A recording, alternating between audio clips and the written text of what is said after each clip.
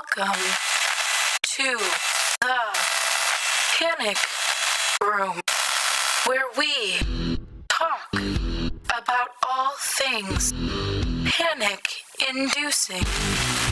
I am the Queen of Panic.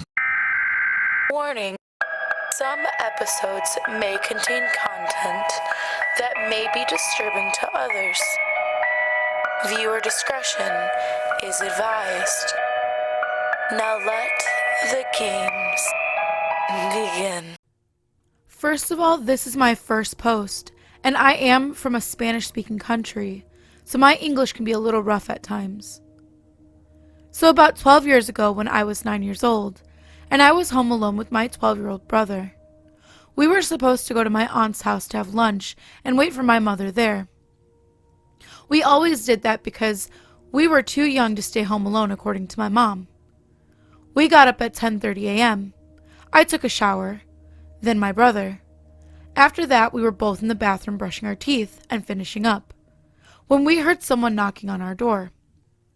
Since every time someone knocked at our door, they turned out to be a salesman or Jehovah's Witness, we kind of waited for them to go away.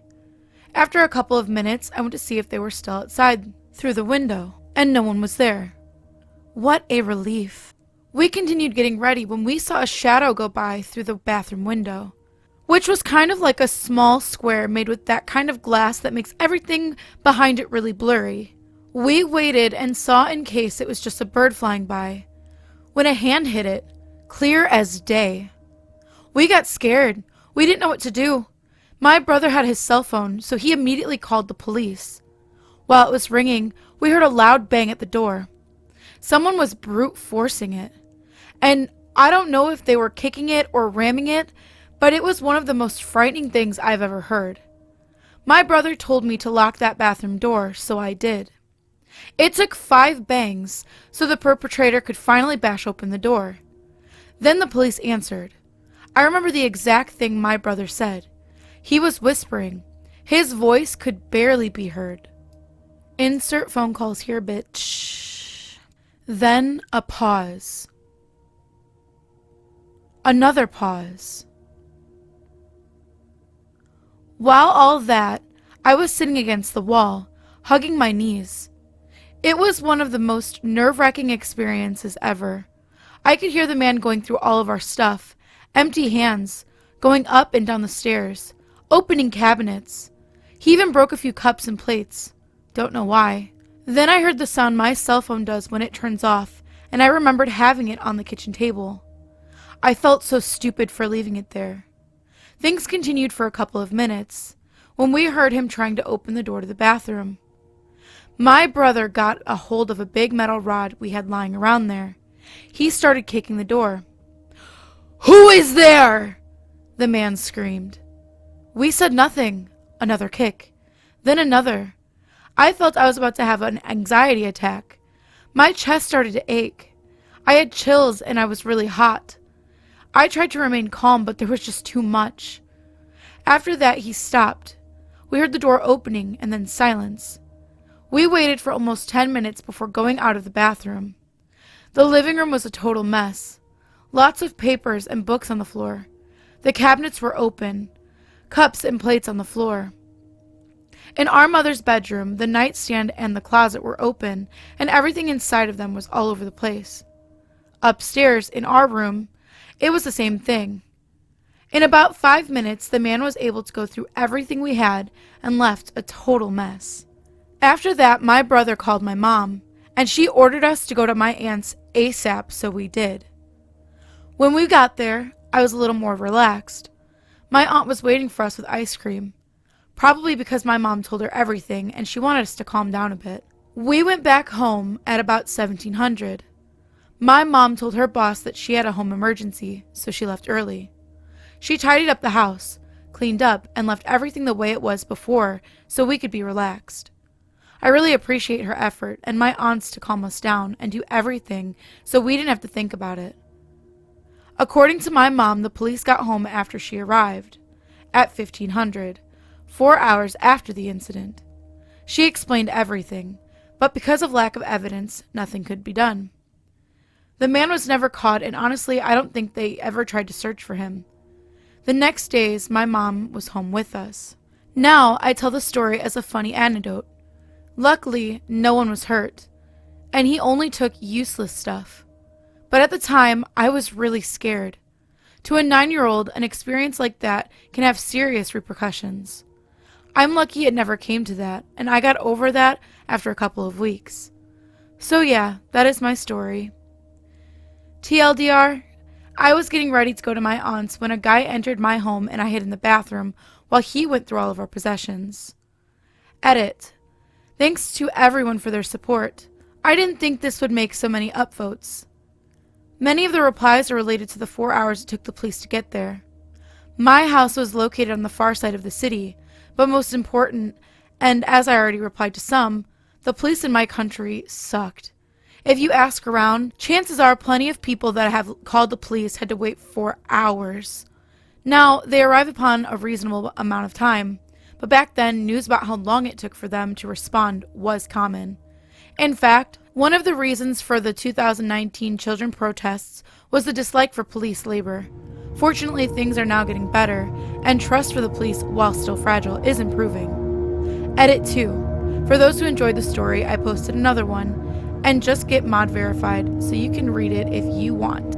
Peace and love. This is around 2017 in spring or fall. I was 19 at the time and I lived in Germany. Me and my friends used to hang out at friends' basements, smoke the good stuff, and play video games or watch movies until late at night. My best friend at the time lived just a couple of houses down the street from where I lived, and usually it was the two of us riding our bikes back home. There was 2 routes we used to get home.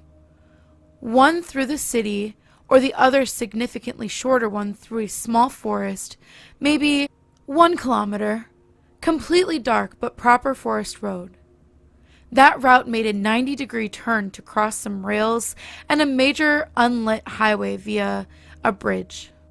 We only took that route when we were equipped with lights and a group of at least 2 people, because there were a lot of boars and you don't want to be on your own in case something happens. So one night we set out to ride home, both quite stoned and maybe a couple beers in, but not off the deep end. As we got close to that 90-degree turn, where the road heads up the bridge, my friend who was riding in front suddenly brakes because there was a relatively large tree laying across the road. We both took our bikes and lifted them over the tree and continued. Maybe 10 to 20 meters later, we suddenly spot a fire on the right side at the junction where we had to make our turn, just the size of a small campfire. We both got a little slower as we saw the fire, and then when getting closer we spotted 6 or 7 people around the fire forming a semicircle, all facing us. All of them were wearing long white dresses or gowns with masks. Not KKK-like masks, but rather like sailor hat with veils. A couple of seconds went by. We were just staring at them, and I guess they were staring at us. Then one of them moved towards us, and we started to sprint away towards the bridge on our bikes. And didn't stop until we were on a well-lit road again. That's been the craziest stories among me or my friends ever since. But please, people, let's not meet again. I've hesitated to share this story for a long time because I know how important the mutual trust between a resident and their landlord/maintenance staff is.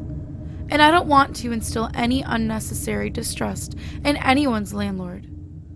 I've shared stories before about dangerous and scary residents that I've encountered while working at apartment complexes. But this is a story about my time on the other side of things as a renter. Before I had even graduated from high school, I knew I wanted to live at Paradise Apartments. It was a bit naive at the time. drawn in by the many amenities I would never use. But I primarily wanted to live there because the complex was pet-friendly and within my small budget. When the time eventually came for me to get my own place, I sublet the only apartment they had available and moved in. Unfortunately, I came to realize the apartment wasn't as nice as I originally had thought. The building was old but remodeled, so it had all the typical plumbing issues and thin walls. I also learned it was not the safest part of town. I was primarily an online student, but I had one class that met in person twice a week around 8 a.m. I'm a bit of a homebody, so I rarely left during the day, except for that class, the occasional shopping excursion, or to spend time with my boyfriend in the evening after he got off of work. My apartment was a bit of a Bermuda Triangle. Even though it was only 600 square feet and I lived alone, things had a way of growing legs and walking away. I had 2 kittens at the time and blamed them regularly for things disappearing. Something odd that kept reoccurring, however, was that I'd find my underwear box out and sitting in the center of my bedroom floor on days when I had class. I didn't have a proper dresser, instead using an IKEA shelf with some IKEA boxes for designated clothes, socks, underwear, pants, and pajamas. I always could have sworn I'd put the underwear box away after getting ready for class, but I chalked it up to me forgetting as a result of having to get up early and being focused on getting to class on time. Arguably paranoid, I started to think that some of my laundry was disappearing as well, as favorite articles of clothing would go into the laundry hamper and seemingly never come back with the clean clothes. Towards the end of that semester, I was working one evening on a homework assignment when my boyfriend called to let me know his roommate had accidentally locked himself out of their apartment. I had a key to their place, so he asked if I could run over there real quick to let him in. Before I left, I made a mental note that I had left literally every light on in my apartment. Because I was living on a pretty tight budget, I normally made a point of turning off all the lights when I left. But my boyfriend only lived about 5 minutes away, so I knew I'd be there and back very quickly. Sure enough, I got back less than 15 minutes later. I immediately sensed something was off, as I could see the lights were off through the blinds. I called my boyfriend, and he drove over to meet me. We unlocked the door and went in. All the lights were off in my apartment. Thinking maybe I had a power outage, I flipped on the main light and it came on. My boyfriend checked the entire apartment. No one was inside, but someone had gone through and systematically turned off every light at their switch, including my lizard's basking light, the only light I always left on, because it was a timer, and my laptop, which I'd left open on my assignment, but now the computer was powered down and closed. We called the emergency maintenance number and I explained that someone had been inside my apartment, and they had to have used a key because there was no sign of forced entry. The manager called me back and told me I had to be imagining things. Maybe I had forgotten that I had turned off the lights before I left. I assured him that I wouldn't have turned off my computer or the lizard light. Someone had been in my apartment. I told him that I was extremely worried because obviously this person had to have a key to get in. Either they worked for the complex or maybe it was a previous tenant/guest. I asked if they had changed the locks after the previous tenant moved out, and they assured me that the locks had been changed after every move out. The manager suggested maybe it was a friend pranking me. Someone else I had given a key. The only other people I had given keys were my boyfriend. His key to my apartment had been locked inside his apartment on the same key ring as his own apartment key. And my mom. She lives 3 hours away. In any case, neither of them would have pranked me this way. The manager finally agreed to send someone out immediately to change the lock, for my peace of mind. I brought up my concern that it was someone on the staff, since they would be the only other people with a key. The manager claimed the keys were locked in a special safe that required a personal code to track who took what keys and when, in an office with a security camera. They changed my locks, but I had my doubts that it would be any good. As far as I was aware, there were only 2 maintenance men that worked at the complex. One nice older man that didn't seem all that skilled, and a younger guy with a scruffy beard that gave me a bad feeling. I suspected he had been the one who had came in. When I had first moved in, the manager had told me I would be getting a new kitchen counter within the first 3 days. I waited to move in my kitchen stuff, but after a week they hadn't come. And then, after a few months, I had completely forgotten about it. One day I was sitting in my living room and this scruffy maintenance guy walked in without knocking or announcing himself, and I hadn't received a notice to expect him. He said he was there to replace my countertop.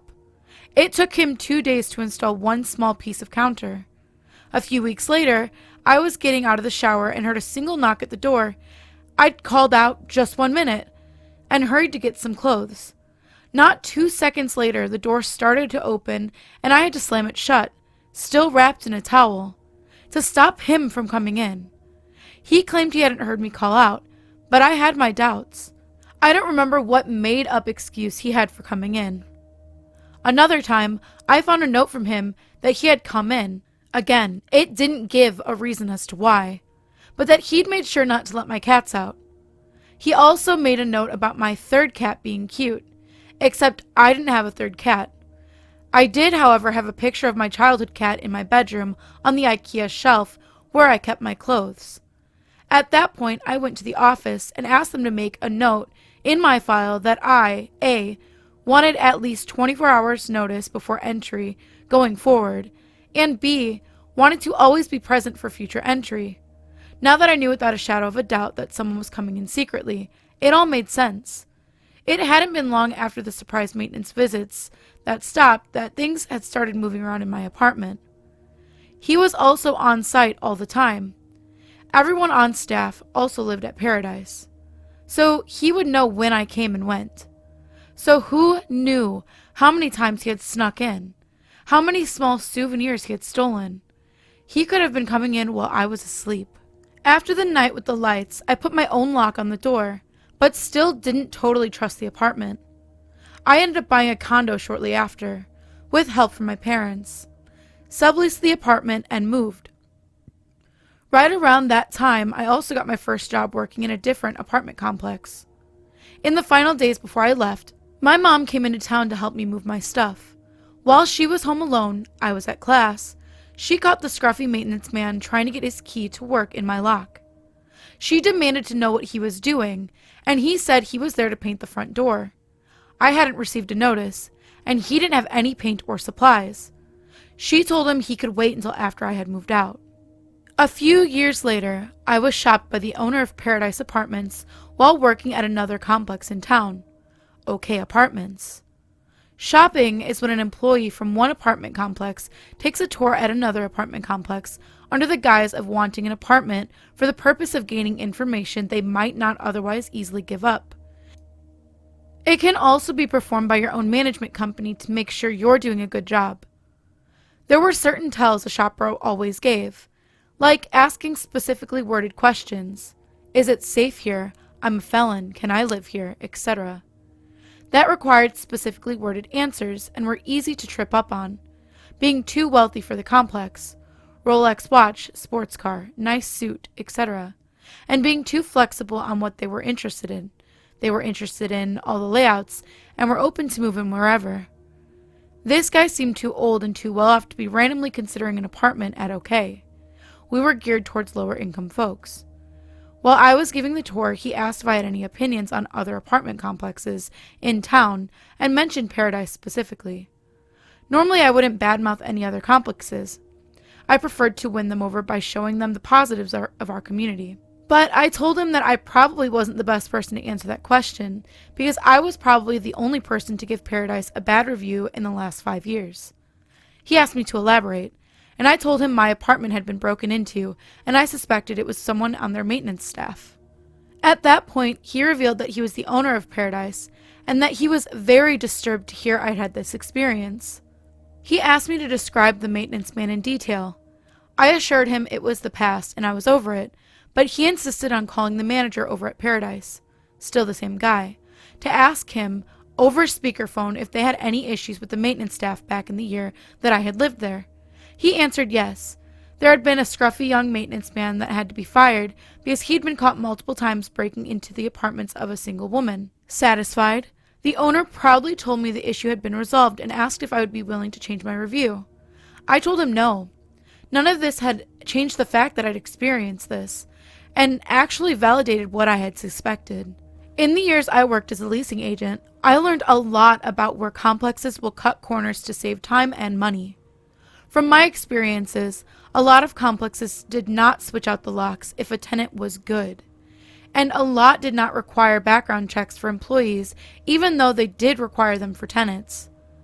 Keys also got passed out willy-nilly to vendors and maintenance during turns. And employees frequently got master keys that would open all doors. I won't go so far as to say every complex operates this way, but every complex I worked at was doing this when I started there. Because of my own experiences, once I began managing a complex, I enforced strict rules about changing locks, tracking keys, posting proper notices, and requiring background checks for all employees and tenants. At least here in Florida, with Maya's law going into effect this year, background checks for employees and security measures for keys are required for all complexes. Even still, if you're renting an apartment, stay diligent. If you have reason to believe someone is coming into your home, document it and let the staff, police, family, or friends know. You never know who might have a key to your apartment. I answered the door for a guy who was dressed up as a UPS driver, had the logo on his jacket and everything. I assumed my parents had ordered something that I needed to sign for, so I answered it. After opening the door and greeting him, I realized that not only did he not have anything for me, but there wasn't even a UPS truck in sight. He told me his name was Tony, and that he was selling lawn care services around the neighborhood. I started to figure that maybe he was just a UPS worker who forgot to change clothes before starting his second job as a landscaper or gardener. But then he started asking me weird questions, like if we have any security cameras or large dogs in the house. We do have security cameras, but they're quite hidden, and I told him we did not. And even though our largest dog is 1-year-old Beagle, I told him we have 2 pit bulls. This entire time, he wasn't looking at me. He was almost looking around me, letting his eyes coast around the inside of my house, probably looking for visible sights of something valuable. He then asked me the weirdest question. He asked why I had my door cracked instead of opened all the way. I lied and said it was because I didn't want my pit bulls to see him and start going nuts. Truth is, I always do this when I answer the door for strangers, so I can close it as fast as possible should they try something. He then gave me a poorly made flyer for his supposed lawn care business and went off down the street to the next house. I shut my door and locked all the locks on it. Tony, I hope I don't see you on the news anytime soon.